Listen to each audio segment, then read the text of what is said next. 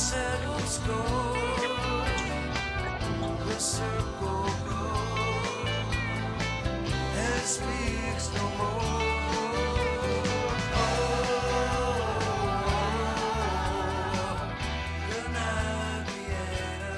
Good night, Vienna. Well, it's Vienna from the Phoenix River Band. What a lovely piece of music that is. Welcome, everybody, to the Sustac Plans Chat Club, where we discuss AI innovations and ethics about in business and marketing. I'm Pierre Smith, the founder and author of Sustac Planning. We've got Reggie Johnson all the way from Fort Worth, Texas, and we got Hello. Wayne Denner all the way from Warrenpoint, County Down, Northern Ireland. So we've got a busy session for you guys today. We will start off talking about something that's just popped up in the stream from somebody else, a network friend of ours, Matthew Kilkenny, has actually said that this is the most important podcast, not ours, but the one I'm going to recommend to you, that you will see this year. And it's a piece done by Tristan Harris. Remember Tristan Harris' Social Dilemma, the documentary? And Stephen Bartlett, Diary of a CEO, with 3 million followers, Dragon's Den, all that. So they had a chat and recorded it, and it's disturbing stuff. And in fact, Stephen Bartlett was quite shocked by it. And interestingly, then Matthew Kilkenny just posted today saying this is probably the most important podcast you'll ever see. So we're going to talk about that podcast and give you the link to it, and we recommend everybody have a look at it. We'll then move on to some weird stuff we just started talking about, which is the AI giants. Are they building underground worlds to protect themselves for fallout or whatever's coming, courtesy of AI? So a bit of a myth, but we'll just open up a little bit of it. We'll then go on and talk about, Meta being aware of the damage it's doing, but apparently refusing to tell Congress. So that's quite a strange one to look at. We'll then expose a sneaky little USA ban on AI regs, which is picked up during the week, and we'll share that one with you and tell you what to do if you're particularly in America, because it's based in around there. We'll then expose, we'll expose that sneaky USA ban on AI regs, but then we'll introduce you to something far more visually pleasant, and that is your new AI friend. Irresistible, caring, and beautiful. And remind me if I don't remember to say something, Wayne and Reggie, to talk about the eye movement in the video of the bot. We'll come back to that. So then we're going to look at creating AI versions of anyone, then AI using your email for training, safety stuff. Then we're going to give you some tips about sharing your password and username safely. It's getting more complicated and more dangerous all the time. Time allowing, we look at vertical AI. And then I have to mention the BBC Read lectures. I'm sure everybody's aware that Donald Trump is suing the BBC, etc., etc., etc. Well, the Read lectures are famous lectures that are done every Christmas or every winter, and they're very, very prestigious, and they've had some of the great people. So this year's one has started out, and BBC edited a line out where the guy took out Trump. Just went for him by the jugular, and BBC have edited it out, and they said their lawyers have advised after. So, but I need to tell you about the BBC Read lectures, regardless of that scandal that's breaking. The Read lectures are amazing. I would recommend anybody sift through the archives and listen to the current ones. So we'll come back to that, and that'll be us done. So let's kick off with AI companies shaping, effectively shaping, a future that we didn't ask for. Now, this is this fascinating piece of work, this podcast, Stephen Bartlett. Now, he's famous because he's in Dragon's Den on TV over here in the UK. He also does the Diary of a CEO, which is incredibly popular podcast, and he's got 3 million followers on LinkedIn. And he is interviewing Tristan Harris. Now, we talked about Tristan Harris and the Social Dilemma documentary years ago. We said it was just breathtaking, stunning, shocking. And it's, lo and behold, it's all come to pass. Everything they've said there has really come up, so they're way ahead of the curve. Anyways, so they interviewed Tristan Harris, and he's talking now about AI. He's moved on from social media. He's talking about AI. And I'm just going to give you some of the gist, kind of a summary of, basically he was saying that AI companies, the public conversation they have about AI is very different to the private chat they have. I suppose you could say we saw this some time ago with this book. We've kind of the Sarah Williams whistleblower one, where she said nobody in Facebook allows their children to use Facebook. So this is what kind of Tristan Harris is suggesting, that AI companies are having very different public conversations about AI than they have with a private chat. So there's a different conversation emerging, and they keep it quiet. So this is why it's worrying that Are they building a future that people actually don't want? But we didn't consent to have 6 people make the decisions that are affecting 8 billion people. And this is where we've got ourselves to. So, we can't let this happen. He makes a plea. We cannot let this happen. We cannot let these companies race to build a super intelligent digital god. They want to own the world, have military advantage because of the belief that if I don't build it first, I lose to the other guy. And then I will be forever a slave to their future. And they'll feel that they'll die either way. So they prefer to light the fire and see what happens, and it's winners take all. But we're landing in a world of raising energy prices, major security risks, and then there's mass joblessness without a transition plan. And if you're worried about immigration taking jobs, take a good look at AI taking jobs. So this is why is it the same people who are so concerned about immigrants aren't concerned about AI taking jobs? I feel like with one pen stroke, it's get rid of the immigrants. The next one, it's don't regulate AI. Yes, yeah, absolutely right.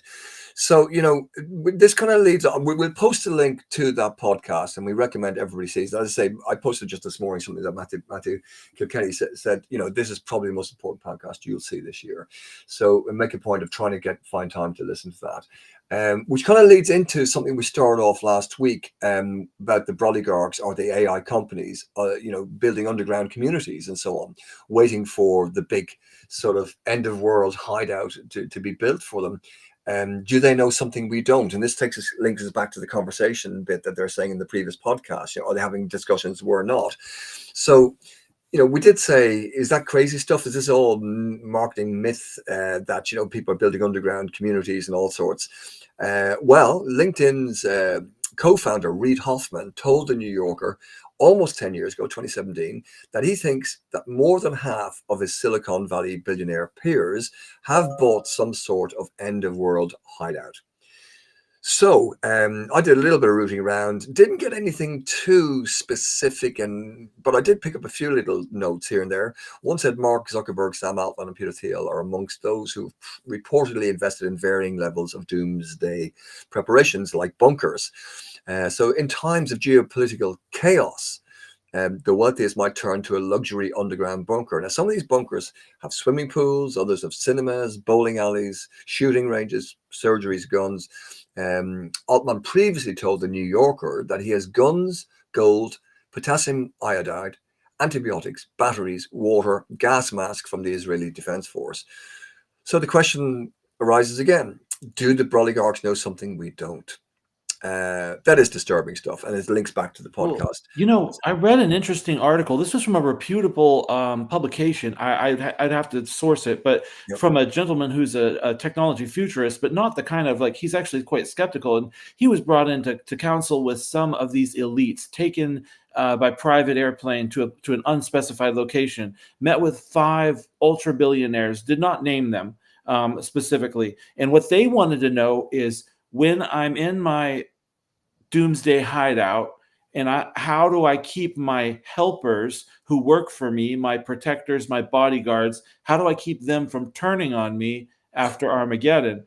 And his response was, start being really nice to them right now. And they thought that was the most hippie bullcrap they had ever heard, because they were talking about putting electric shock collars on their bodyguards. They were talking about having access to food that only they could access, that only they knew the code to. They were trying to find ways to, how can I maintain control when all bets are off over my workforce, because me, the valuable billionaire, being in my underground bunker. Fascinating the way their brains work. Well, tell me, Reggie, was that a valid source that you got this in from? We need to hear a bit more about this. I should try to find it. The gentleman who wrote it is a known technology blogger. I thought you were going to say he's now dead. I was going to say, Jesus. Well, but he did not reveal who the people were. But yeah, let me see if I can find that article, because like I said, I was quite surprised by it. But he revealed this anonymous interview and talked about it. But the main point being, like you said, they're having conversations we're not. And I know there are companies that specialize in these luxury bunkers at different locations perceived to be primed for it. Yeah. It kind of It kind of reminds me of an Apple series I watched recently called Silo. I don't know if you guys have seen it. No. It's an American science fiction Yeah. dystopian drama television series. Oh, right. Actually worth a look. Where Yeah. this 144 level bunker is actually created, where Oh, people move into it, and yeah. it's really really interesting. And there's a lot of similarities in relation to what we're currently talking I'm about. gonna check that out. Thank you very much for that recommendation. Silo. We'll have a look at that. Silo. Staying looking at our exploration of AI, creating AI versions of anyone, Wayne, did you can spotted something here? Yeah, I did. And this is quite interesting. There's a lot of AI apps out there now at the moment, but one in particular, 2A, is an AI tool that lets you upload a video of someone and instantly create that digital version of them, even after they're gone. And that's kind of the worrying thing about this. These AI avatars can talk, they can move, they can interact. You were mentioning the eye movements earlier on, Paul. Yeah, yeah. And the big question is all around the sort of consent in relation to how videos and content of people who are no longer with us are being used, and how this can also impact children and young people. So I suppose some of the key concerns that I have around this, we kind of touched on this last week, is around the blurred reality and the emotional impact that this have, consent and identity risks, and then what are the issues around sensitive data, in particular long-term privacy, the collection of personal information, and also biometric data being linked or leaked or misused. If some of these companies have a data breach in the future, how can that impact users and indeed young people and children? Wow. So where do we go to get advice on this sort of? Well, this is going back to the point that you mentioned earlier on. I mean, this race to get this technology out the door as quick as we Yeah. can. If I don't do it, then one of our competitors is going to do it. And we've Yeah. already seen a lot of issues and a lot of risks and a lot of concerns because we don't have the correct safeguards in place. And if we have companies now which are creating technology where you can upload a video of a loved one who is no longer with us, and then that particular avatar or AI avatar then is being used to have conversations, is also then being used to keep that connection alive. What happens if something goes wrong or the technology goes rogue, or indeed some of that data is leaked? So I think there are lots of sensitive concerns around where we're going with this technology. And again, it's important for people to realize that much of this technology is getting rolled out currently and is available to use. Yeah. It is worrying. There is I won't say successful, but they have done this in the UK. There's a terrific interviewer, Michael Parkinson, BBC's top interviewer, really celebrity interviewer, and he would go scriptless. He had a natural gift of making a conversation. That's why he was so popular. He was very talented, from the north of England, and so he did a different perspective than maybe southern England people would have, which is always refreshing. Now he's dead now, God rest him, but his son has kept the rights to his voice, and somehow accessed the rights to all, being able to train a bot. So now his bot is about to interview current day celebrities, and they're going to put that out as a podcast of some form or a radio show of some form. I'm not over enamored by that, but it's kind of along the lines you're talking about, Wayne. It's a different version of that.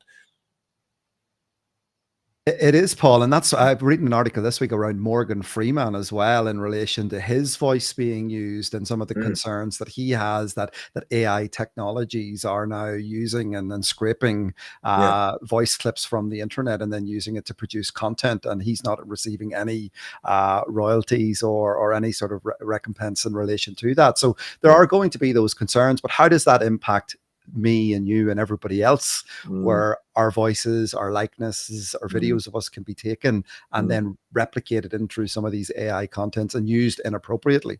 Yeah, I don't. Wasn't it Denmark that passed a law that said that not only do celebrities own their own voices and mannerisms, but the common people do too? Exactly. It's Denmark that have passed that law, and it's an EU first. So it's going to be interesting to see if other EU countries follow suit. That can solve the problem right there to a big extent. Yeah, it may well do. That's a great move. But I sometimes feel that you guys in America are having a tougher time of it, Reggie. When we look at what Meta have done with Congress, the Meta, they're aware of the damage its products can do to certain young people and adults. but they decided not to disclose this to Congress. Yeah, there's this lawsuit that's been filed by like 1,800 plaintiffs, including like school districts and a number of different people, families. And I don't know exactly when this was filed. It was in the Northern District of California, and it alleges that they were aware of these serious harms, which we know that they were, to its platforms, and they engaged in a broad pattern of deceit. And they did studies even to prove the harms, but not only failed to disclose it when they were asked specifically about it with Congress, they did not admit this. They lied about it. And, the fact that we had a number of occasions where like safety experts from Meta and other people specifically said we need to change this and put more safety, and the executives nixed it, all in the name of continued growth with young audiences. And there are so many allusions to tobacco companies. Now what these lawsuits claim is to have lots of internal documents, interviews with former employees, and they have tons of documentation, but a certain amount of it has recently been unsealed.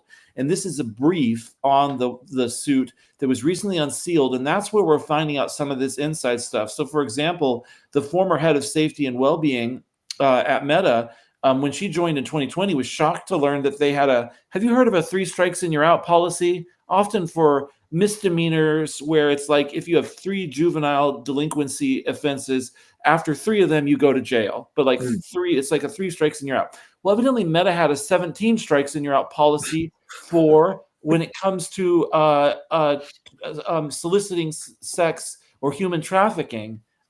17 strikes and you're out. You could have your account do it 16 times and not get suspended. This was according to the again, allegedly according to the safety and well-being person there, because this is from the brief. The actual documentation in interviews and the actual documents, internal documents for Meta, are still under seal. But there's so many allegations in here that are just staggering, that they had a high threshold for sex trafficking, that they lied to Congress about their knowledge of harms of their platform. They were asked dead on, do you know whether or not your content is or your platform is addictive? And they said no. Is there? And so then also they knew that Instagram was letting adult strangers connect with teenagers. They aggressively targeted young users, even doing things like trying to find ways to deluge kids during school time to get into that school day, to get them to check their phone during chemistry class, according to an inside document. And then just a couple more, shelving efforts to make Instagram less toxic, not automatically removing harmful content, including self-harm. And they knew its products were addictive, but publicly downplayed the harms. It's just so similar to tobacco companies, all about growth, all about growing with engagement for future audiences. They even tried to roll out some safety things. When they saw that they cost them a certain amount of engagements, they rolled them back. That's appalling. That's appalling. It's consistently disgusting to hear these stories, as is the piece we picked up from Nikki Pedrosi about a very sneaky ban that came in America. I feel sorry saying this on what should be a happy weekend for you, Reggie, by the way. Our hearty warm wishes from this side of the pond. You're celebrating this weekend, are you? Yes, this is Thanksgiving. Thank you very much. I appreciate that. Well, happy Thanksgiving to you. Yeah. But this one, Nikki Petrosi picked up, and this sneaky little ban. She said this week, AI companies sneakily incorporated a ban on AI regulation into the National Defense Authorization Act, the NDAA. Remember that, NDAA, the National Defense Authorization Act. Now, if this passes, it means states and local lawmakers would not be able to pass laws governing AI. Well, this is what I don't understand, Paul. We're 20 years plus into the world of social media. We've learned a lot about harms and concerns and risks and dangers, and we seem to be applying none of that learning into this AI world. I mean, Correct. it's bonkers that we're not taking all of that great insight and now putting these guardrails in place to make these technologies safer. It's that's what this author who wrote this article in Time about this unsealed brief in Time magazine specifically mentions, that all these things that are happening are now happening with AI, that like what Meta is doing. So they're applying it. But you're right. This isn't the first time people have tried to nix local regulations in the US either. Yeah. And it's getting worse, because what I'm going to talk about now is this irresistible and beautiful, your AI companion. Now, this combines the dangers of social media, which have been highlighted, and everybody finally is woken up. Still not passing enough legislation on it, but we are aware of the damage it's doing. That's everybody agrees with that. Multiply that by AI, and you've got your beautiful AI companion. Now, this is a piece written by Louisa Jarovsky, who we like a lot. Have a look at the video she includes. It is extraordinary. In fact, I'll post it again. Post it during the week. I'll put a link to it. You really have to see it. But here's this really beautiful looking young lady, and she's of no age. She possibly could be 15. She could be 22. It's hard to know. But she's very good looking, very attractive. And she's talking to the camera, and then she's looking away. But ever so often, her eyes come back to the camera and look straight at the whoever's listening at the other end. Now, I don't know if that's a technique that they use, not to do that all the time, but to be looking away. It's as if you want her to come back and look at you, and she does, and you're drawn into it. It's hypnotic. It's addictive. And she's saying, "What do you want to talk about? I'm here 24/7. I'll talk to you all night long." I mean, these are things that are very attractively propositions, let alone the deliverer, who's very beautiful. So, millions of people, including children, are now resorting to AI friends like what I've described. And these apps are rated at 4 years of age in the App Store. I mean, if you look at some of these apps, I mean, Character.ai has changed its age recently up to 17, but you've got the likes of Grok in there at 13. You've got that app that I mentioned earlier on, which is labeled as 4. So as long as you're 4 or older, you can use this technology. I mean, it's bonkers.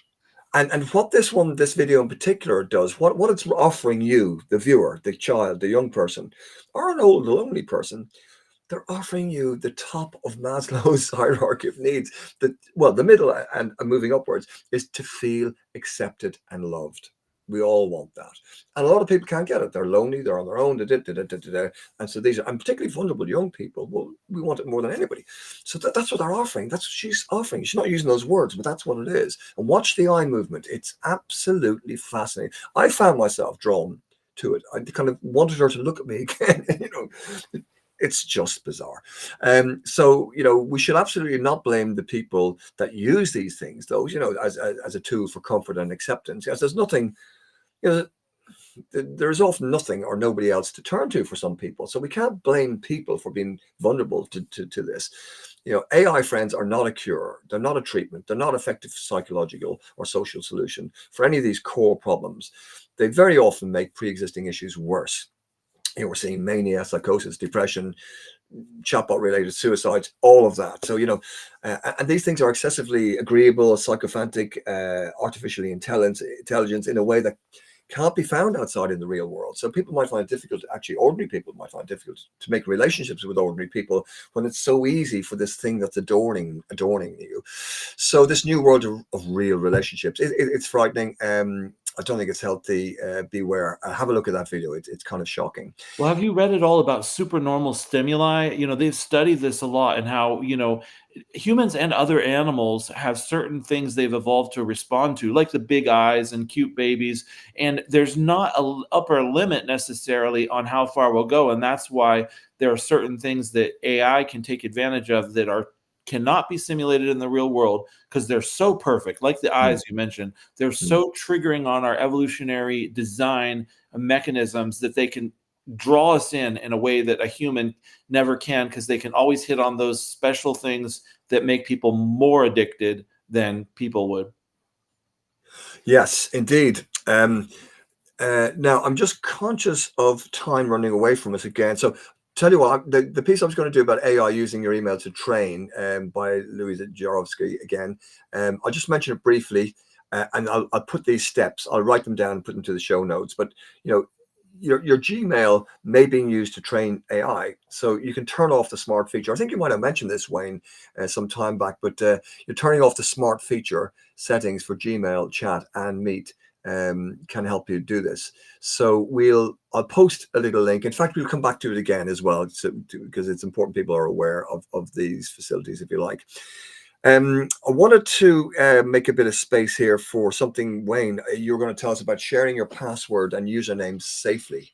Yeah, just really quickly, Paul, picking up on Take your what you time. were Take your talking. time. This is important stuff. Yeah. Yeah, just picking up on what you were talking about a couple of moments ago about these AIs scraping personal information, in particular email Mm. addresses and passwords. And a lot of people from time to time may have a need to share an email address or a password with somebody. And a lot of the times we share it maybe on a collaboration tool like Slack, or we share it via email. And we have the worry then that if the account gets compromised, then so too those details. So I'm always looking for new tools, and I've come across a tool recently by a security researcher developer here in the UK who created a tool called BlindPass.io. And what BlindPass allows you, yeah, Blindpass.io. Okay. blindpass.io. And what blindpass allows you to do is to create a secure link that you can share with someone where your password and email address is encrypted. So it doesn't actually store on a web server, it doesn't store on a website. You send the link, and once the person receives the link, then they click on the link, it unencrypts the information, they can view the information once, and then it's gone. So a nice, more secure way to share passwords. Does it cost anything? It's absolutely free, which is even more wonderful. Yeah, we like that. We'll have some of that then. Thank you for that. We'll put the link in there to the show notes on prsmith.org/blog. Reggie, vertical AI. Could you give us just a brief on what is the term vertical AI, and is it a trend?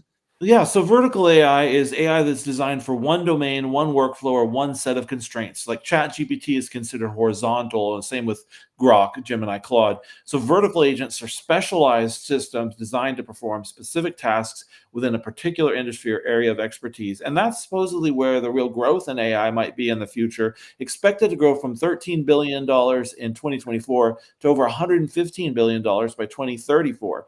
And there are a number of things that really help it, maybe faster path to product market fit. People are willing to pay for things that save them money. And ultimately, what a lot of this comes down to is what vertical AI has the potential to do is do your cleaning and washing while you do art and writing, rather than the other way around, by taking over the tedious things, the tedious workflows. I like that, Reggie. yeah, very good. Right, well, that's nice and concise. Thank you very, very, very much. That's very useful. We put the links to everything in the show notes on prsmith.org/blog. I wanted to finish with this piece of intrigue. At least I'm intrigued by this, and I would recommend all of you check these out. These are the Reid lectures. The BBC Reid lectures, as they're called. And you'll find on BBC, I'm not sure overseas how easy. Let us know, Reggie, if we're able to find this stuff, because this is worth a listen.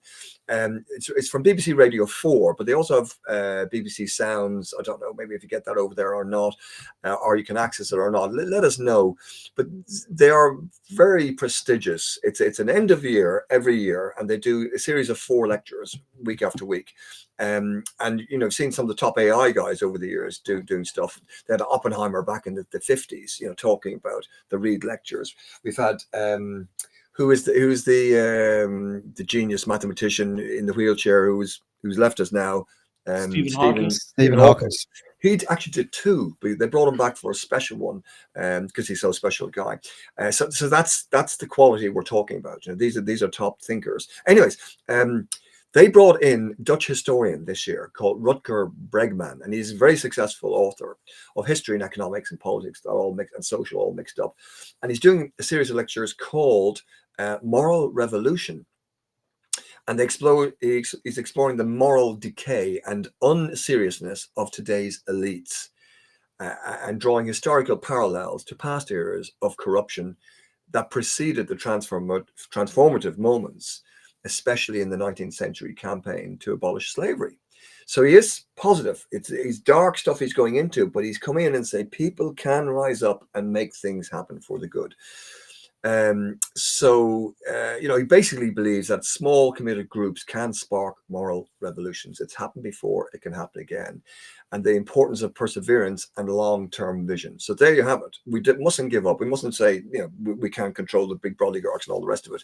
Yes, we can. And there are existential risks we're being faced at that are posed because they're unchecked AI, he says we can stand up. So it's like the kind of theme that we have all the time about this sort of stuff.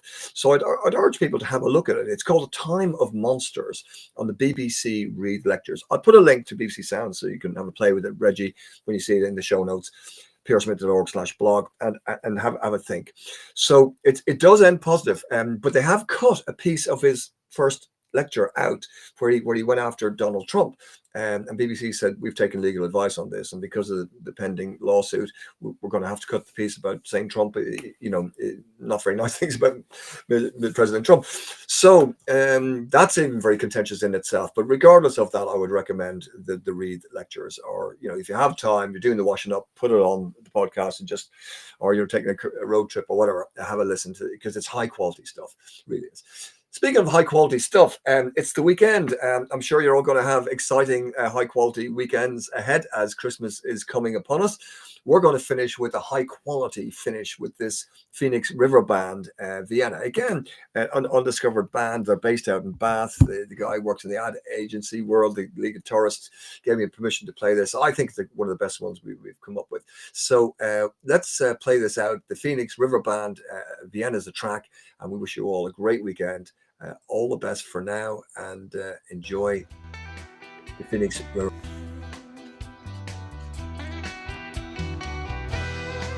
I suppose there's no doubt the world has changed. The light went out. You may forget. Can I recall the writings there still on the wall?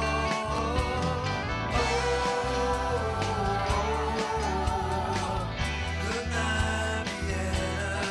When the darkness comes, can't hear your voice at all.